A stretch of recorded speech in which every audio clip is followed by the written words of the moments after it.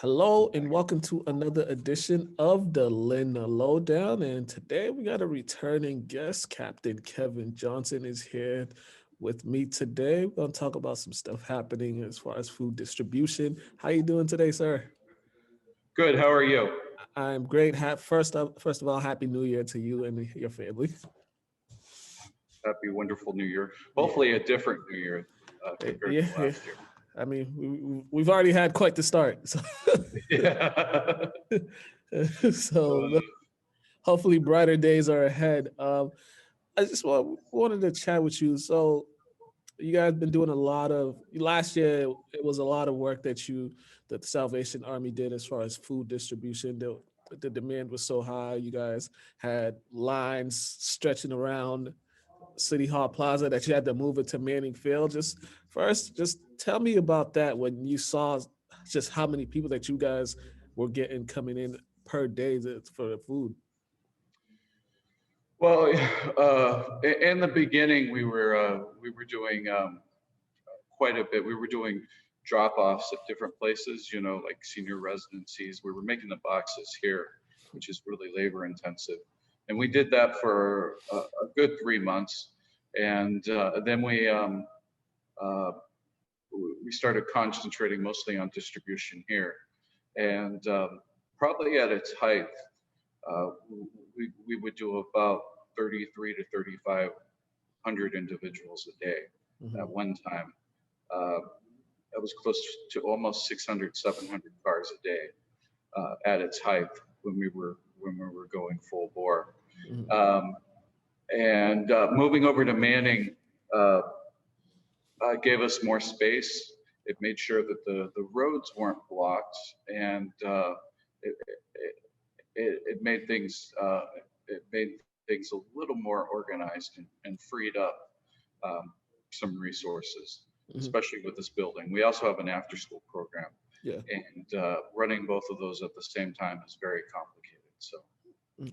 Was that at all overwhelming for everyone over there? Just the amount of people that you guys were serving, and then having to switch locations. Did it get overwhelming at points? I wouldn't say it got overwhelming. We have a very dedicated staff, and everything. The transition over there was very well organized. Mhm. Um, uh, all we really had to do was move a whole bunch of trailers and a forklift, and everything else kind of came together. Working with the city, especially, working on that traffic piece. Um, Having people there, being able to line up cars and organize the traffic made it move much smoother. Mhm. And the volunteer work too. There were so many people that volunteered their time because, especially the drivers that were delivering the food. I mean, you guys, it was a well, it was a well unified thing that everyone had that's involved were able to help. It was a very, and it still is a very well organized Mhm. engine. Um, the problem that we find, especially during winter, is a lot of people don't necessarily want to volunteer when it's 30 below, 30 degrees below. So sometimes trying to find volunteers, especially during the winter, um, it can be a very difficult thing. But um, it still is a very organized and engine.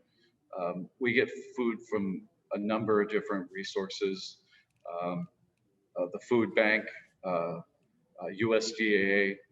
We also do what's called enabling, where we pick up at different grocery stores, and we have different partners such as the Gleamers Mhm. out of Boston who help us out quite a bit.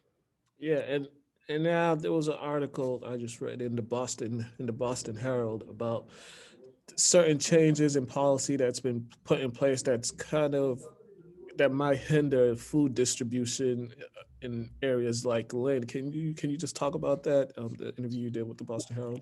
Well, the Boston Herald, and there was a Boston Globe article too. Hmm. Um, uh, for a very long time, probably since mid-April, we were continuing to get what was called Food from Farmers. It goes by a number of different names. Food for Farmers.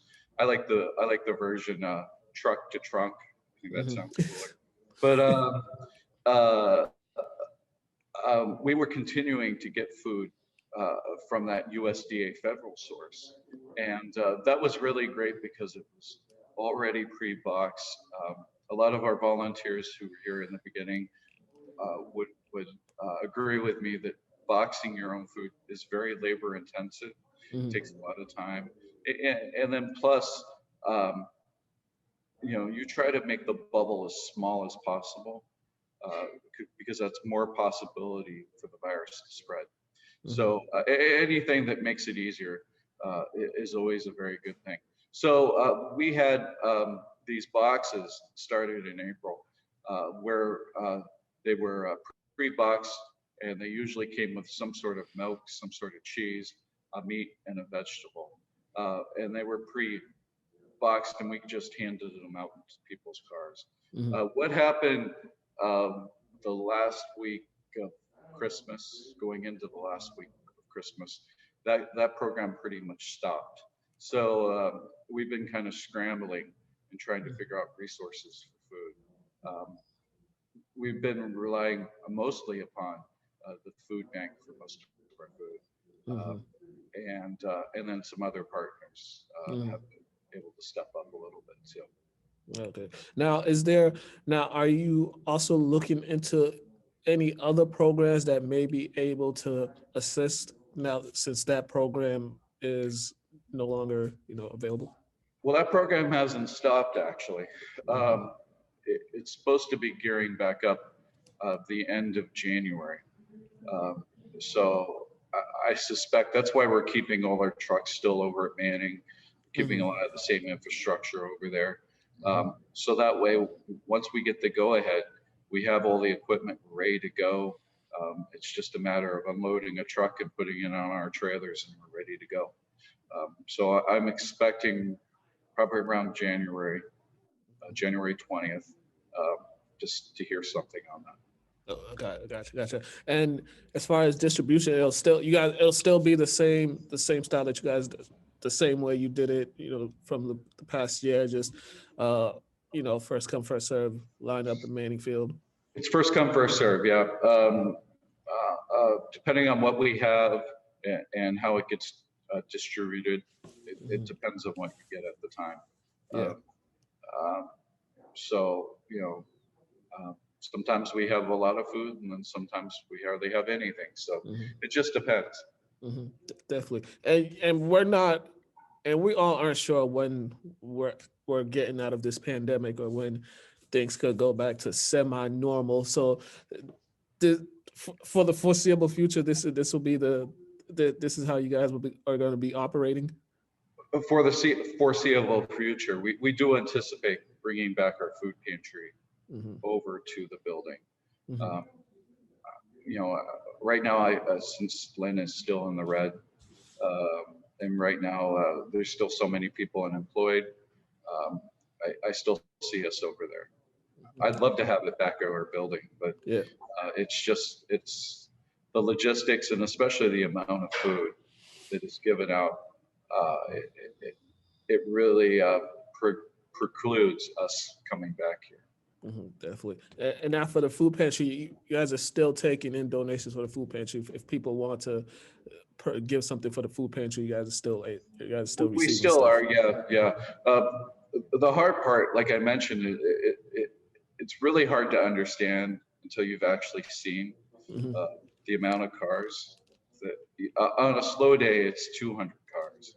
On a busy day, it might be 400 or 500 cars.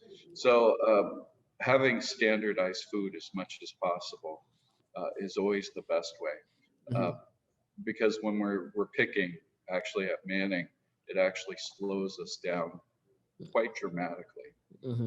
So anything that can really speed us up, so standardized food is always the best. That's why this program is so beautiful. Gotcha. And now you guys, can you tell the people the times that you guys are at Manning Field to distributing the food? Right now, we're saying Tuesdays and Fridays between 1 and 4, depending on weather events. Say if we have a snowstorm or anything like that, you really have to take a look at our Facebook. That's really our kind of our way of getting stuff out to the people. Depending on the weather, or there might be another situation that comes down. Who knows? Trucks break down, different things like that. Yeah. So really look at our Facebook page, the Lynn Salvation Army. Awesome. All right. And just one more thing, if people want to donate, or if they want to volunteer, please let them know how they can and where they can do that. You could come to our facility, and it's on 1 Franklin Street. It's right next to City Hall. And either come in, give a donation, send a donation, or come in and fill paperwork out to become a volunteer. All right. Captain Kevin Johnson, thank you once again for always coming on to give updates on what's happening at the Salvation Army. We really appreciate it. Well, thank you very much. It's nice to be on. All right, thank you. You guys have been watching the Lynn Lowdown. I'm your host, Mukala Kabongo. Have a great day.